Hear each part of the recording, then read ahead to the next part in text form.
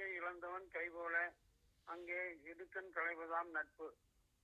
உடுக்கை என்பது ஆடை, நாம் உடுத்தக்கூடிய ஆடையை கொண்டு திருவள்ளுவர் ஆரம்பித்திருக்கிறார். உடுக்கை உடுத்திக் கொள்ளக்கூடிய ஆடை. ஆடை என்பதும் உடை என்பதும் ஒன்று. உடையை பொறுத்து அவருடைய வாக்கியத்தில் ஆரம்பித்துள்ளார். உடுத்திக் கொள்ளும் உடையை பொறுத்து ஒரு திருக்குறள் எழுதியுள்ளார். உடை என்பது நாம் உடுத்திக் கொள்ளும் ஆடை. அந்த வார்த்தையை கொண்டு அவர் எழுதிய குறள்.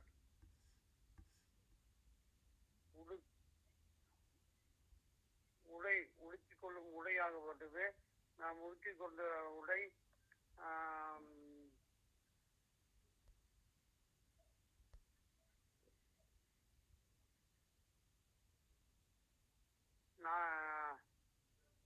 கட்டியிருக்கும் உடை நழுவிக் கொள்ளும் போது ஒரு ஏற்படும் ஒரு உணர்ச்சியை கொண்டு அவர் சொல்லுகிறார்.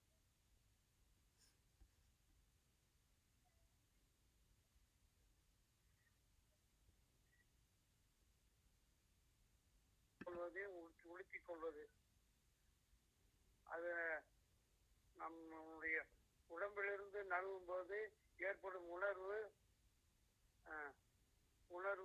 உணர்ந்து நமது கரங்கள் அவசரமாக போய் அதை சரி செய்து கொள்ளும் நிலைமை. அதுதான் உடை.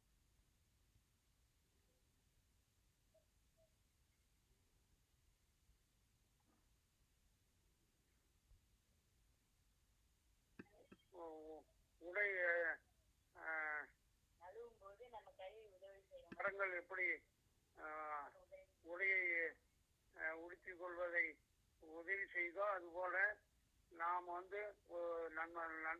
நண்பர்களுக்கு ஒரு ஆபத்தான நேரங்களில் நாம் சென்று உதவ வேண்டும் என்பதை குறித்தே இந்த குறள் அமைந்துள்ளது.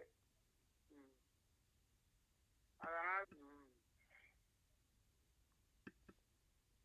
ஆடையை சரி செய்து கொள்வது போல நாம் பிறருக்கு உதவி செய்ய வேண்டும். உடுக்கை அதாவது உடையில் நழுவும் போது நமது கரங்கள் எப்படி உதவி செய்து அதை சரி செய்து கொள்ளுதோ அது போல நாம் உதவி செய்ய வேண்டும்.